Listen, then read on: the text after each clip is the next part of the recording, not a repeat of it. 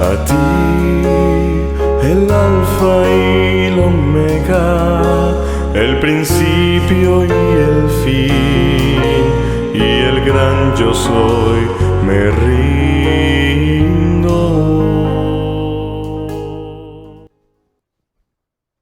Bienvenidos al estudio de la Palabra de Dios. Y nuevamente nos encontramos en la prueba, en el crisol, pero siempre con la compañía de Cristo. Y pedimos la bendición de Dios para el estudio de su palabra. Que al estudiar tu palabra, Señor, podamos comprender tu propósito, tu voluntad, que siempre es para nuestro bien.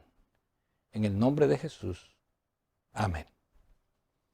Y ahora tenemos un nuevo enfoque en el momento de la prueba. Y este enfoque está tomado de una declaración que encontramos en el libro de Hebreos, capítulo 11, versículo 27, hablando acerca de Moisés.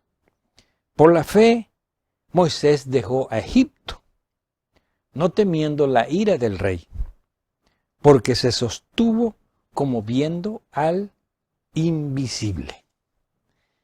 Esta última frase, se sostuvo como viendo al invisible, es una frase que nos confronta con la realidad de Dios.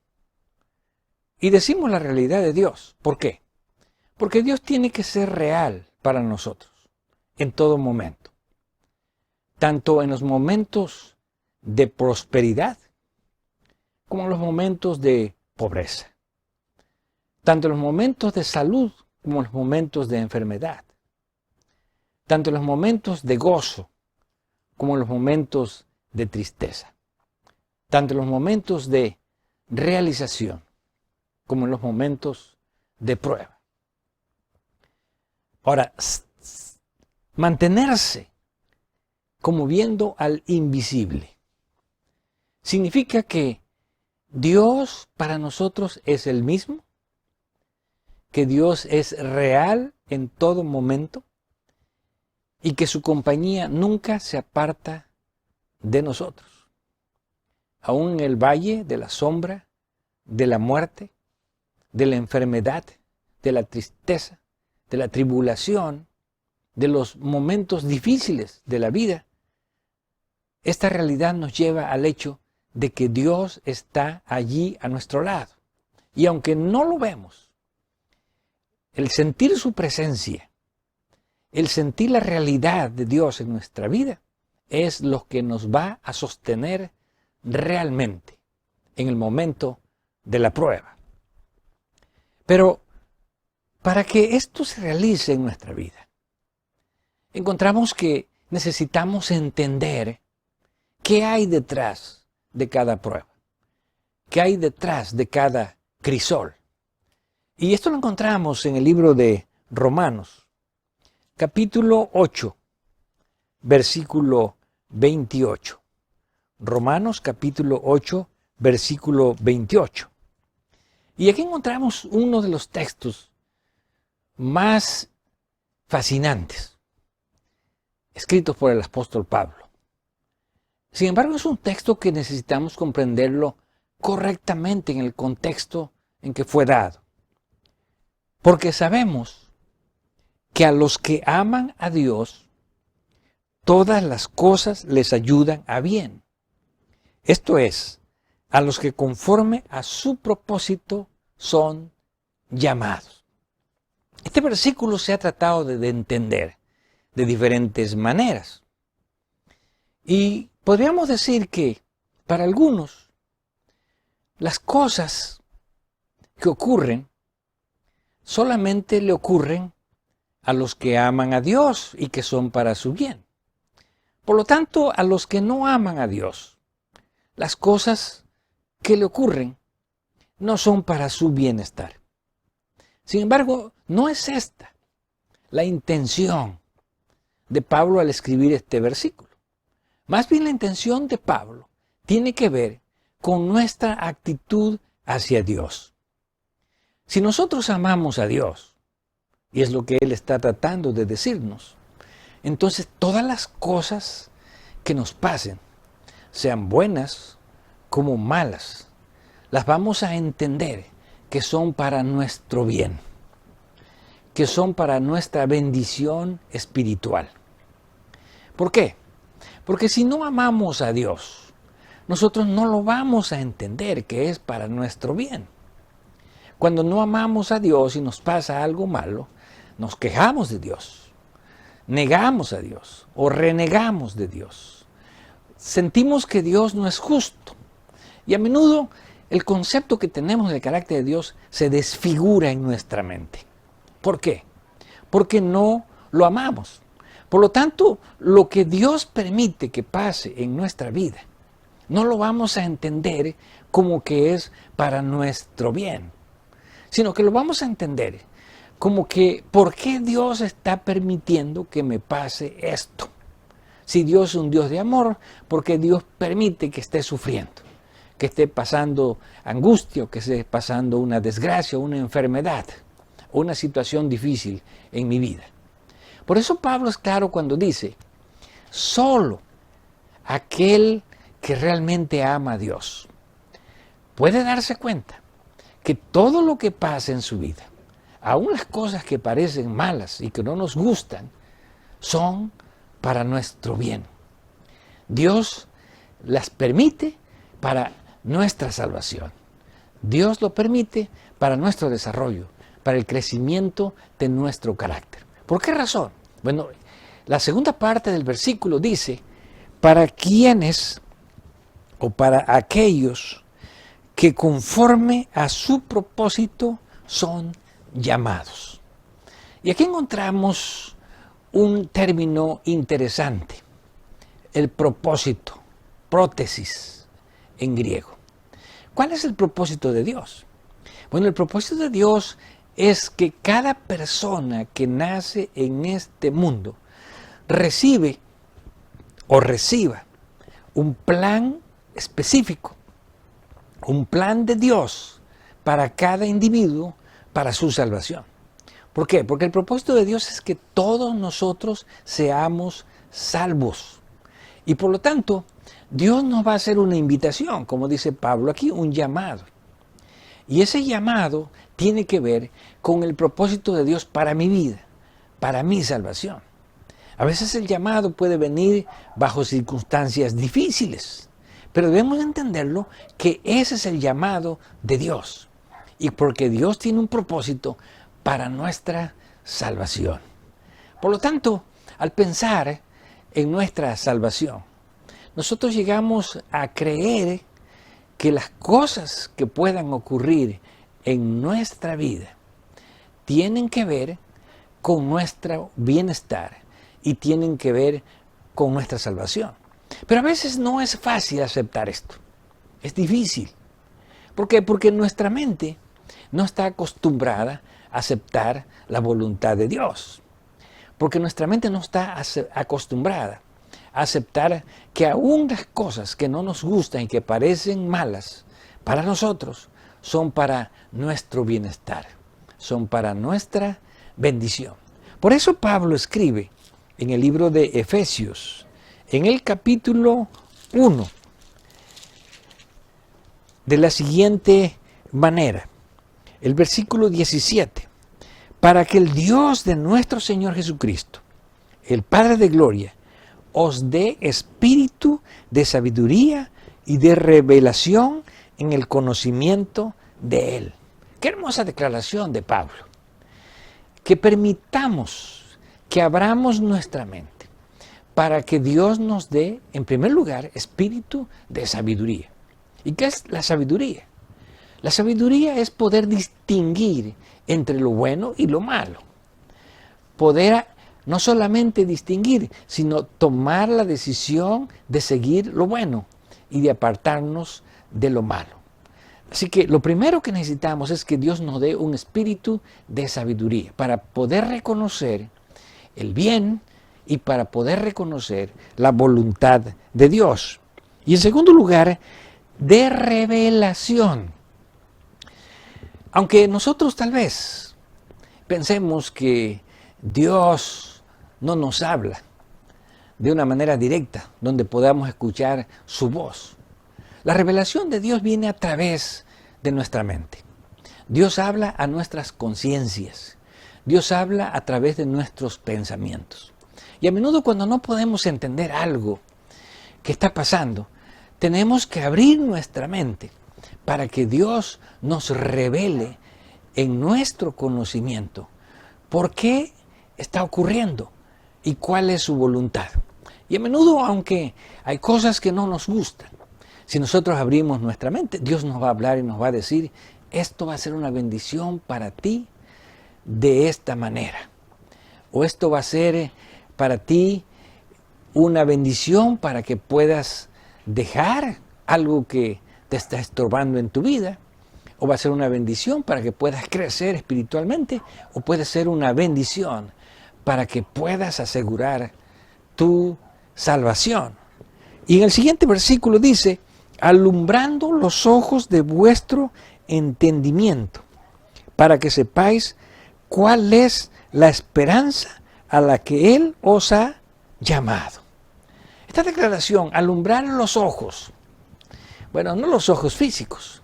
Pablo dice aquí, los ojos de vuestro entendimiento. Que Dios nos ayude a abrir nuestro cerebro, nuestra comprensión. Y esta es la clave para que como cristianos aprendamos a entender que cualquier cosa que pase en nuestra vida, indudablemente, es para nuestro bienestar y que también es para nuestra salvación. Por lo tanto, necesitamos tener un espíritu distinto. ¿Por qué? Porque hay dos formas de confrontarnos a Dios. Hay dos maneras de estar frente a Dios. Y esto lo encontramos en el libro de Primera Epístola de Pedro, en el capítulo 5. Y el versículo 5, la segunda parte, Pedro comienza con la siguiente declaración. Dios resiste a los soberbios, pero da gracia a los humildes. Aquí tenemos un contraste. ¿Cuál es nuestra actitud delante de Dios? ¿Somos soberbios? ¿Somos prepotentes? ¿Creemos que podemos pensar mejor que Dios? ¿Que hacer mejor las cosas que Dios?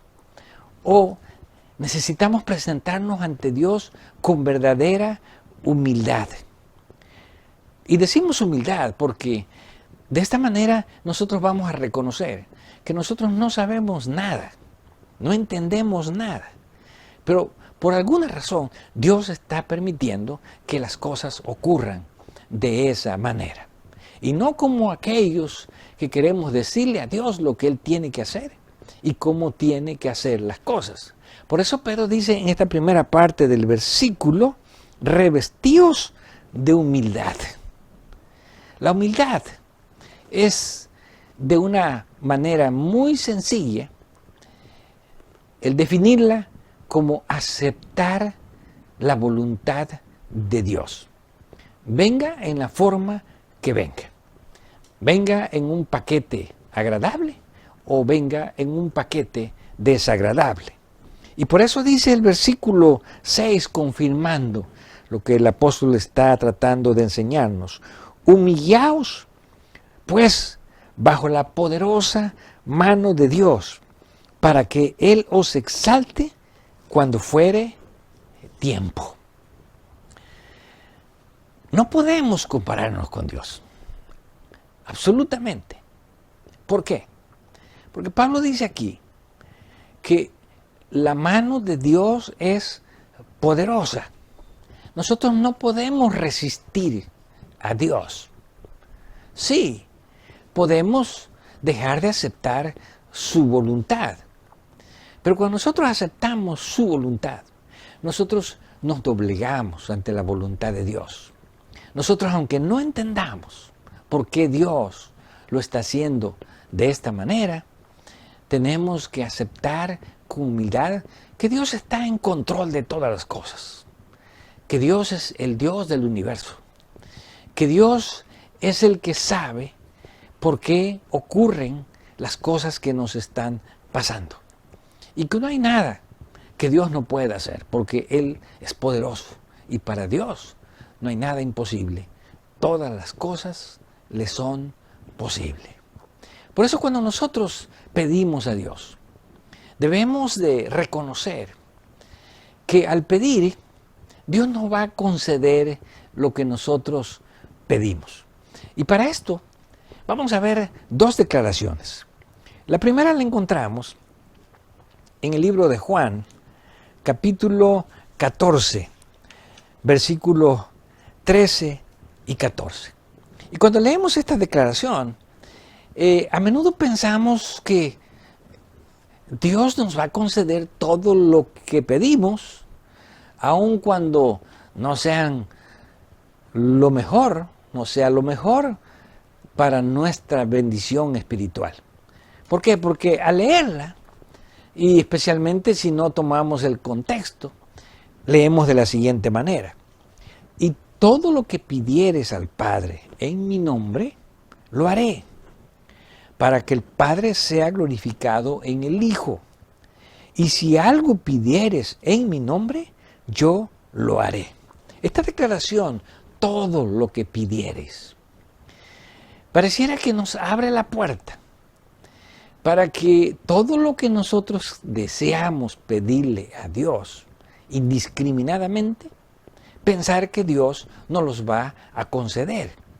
¿Por qué? Porque aquí dice todo. Y solamente tenemos que pedir en el nombre de Jesús. ¿Por qué en el nombre de Jesús? Porque a través del nombre de Jesús, Dios es glorificado. Tanto el Padre como el Hijo son glorificados. Pero si tomamos el contexto de esta declaración, que está en el capítulo 12, encontramos a qué se está refiriendo Jesús cuando dice todo lo que pidieres al Padre en mi nombre. Dice el versículo 12, de cierto os digo, el que en mí cree, las obras que yo hago, él las hará también. Y aún mayores hará, porque yo voy al Padre, y todo lo que pidieres al Padre en mi nombre, lo haré. Ahí está el contexto. Por lo tanto, Jesús está diciendo que todo lo que pidiéramos en relación a las obras que hacemos para Dios. ¿Por qué? Porque Jesús dice, si tú le pides hacer a Dios aún cosas mayores que las que Jesús mismo hizo, porque Él dice, hará no solamente las cosas que yo hice, sino cosas mayores, pero que tienen que ver con la obra de Dios, como dice este versículo. Entonces Dios nos va a conceder todo lo que pidamos en relación a realizar grandes obras para Dios.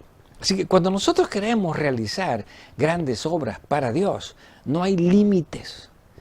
Dios nos va a conceder todas las cosas si las pedimos en el nombre de Jesús. Pero aquí no está hablando de cosas materiales, aunque Dios también las concede.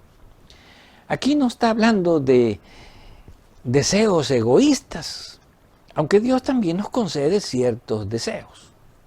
Aquí no está hablando de lo que a mí me parece que Dios debería darme porque yo me lo merezco y me va a hacer feliz.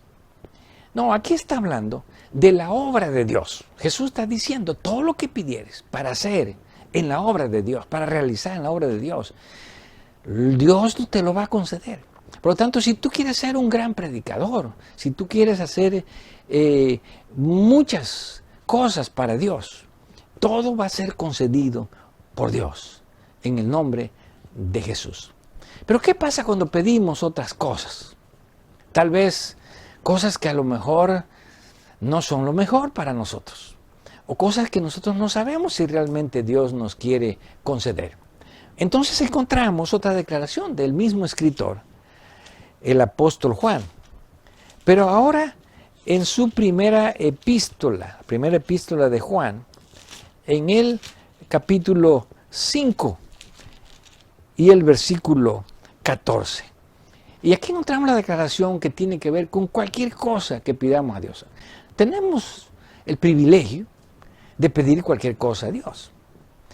Tenemos la libertad de pedir cualquier cosa a Dios. A veces pueden ser cosas que tal vez nos parezcan absurdas o cosas que son materiales que quisiéramos tener o tal vez cosas que nos van a hacer feliz emocionalmente de acuerdo a nuestra perspectiva. Bueno, no hay límites para pedirle a Dios, pero todo tiene que estar en armonía de acuerdo a esta declaración. Porque Juan dice en este versículo, 1 Juan 5:14, y esta es la confianza que tenemos en Él. Qué hermosa declaración. Podemos tener confianza en Dios cuando pedimos, claro. ¿Y cuál es la confianza? Que si pedimos alguna cosa, y aquí sí tiene que ver cualquier cosa que usted desee pedir, conforme a su voluntad, Él nos oye. Aquí para algunos tal vez ya no pareciera ser tan atractiva esta declaración. ¿Por qué? Porque si yo pido algo, entonces tengo que pedir que se haga la voluntad de Dios. Es lo que está diciendo este versículo. Pero si nosotros no deseamos que se haga conforme a la voluntad de Dios, entonces no vamos a sentirnos satisfechos con la respuesta de Dios. ¿Por qué? Porque la respuesta de Dios puede ser una concesión o puede ser una negación. Porque si es algo que Dios sabe que no es para nuestro bien, que no es para nuestra salvación, que no es para nuestro crecimiento espiritual, indudablemente Dios no nos la va a conceder. Pero sí hay respuesta. Y es lo que dice el siguiente versículo. El versículo 15. Y si sabemos que Él nos oye en cualquier cosa que pidamos, sabemos que tenemos las peticiones que le hayamos hecho. Aquí está la clave. Cuando yo le pido a Dios y Dios no me concede lo que yo le pido, entonces yo debo de entender que Dios ha contestado mi oración. Y debo de entender que la petición que yo le hice fue contestada, aunque Dios no me la ha concedido. ¿Por qué razón? Porque debo entender que lo que pedí no es conforme a la voluntad de Dios. Y Dios no me va a conceder algo que no sea para mi bien, para mi bienestar y para mi salvación. Que con esta confianza podamos orar cada día. Que con esta confianza podamos aceptar la voluntad de Dios. Y con esta confianza podamos vivir sabiendo que todo lo que ocurre en mi vida está en las manos, está en el control de Dios. ¿Por qué? Porque quienes aman a Dios, todas las cosas les ayudan a bien. A ti, el alfa y el omega, el principio y el fin, y el gran yo soy, me río.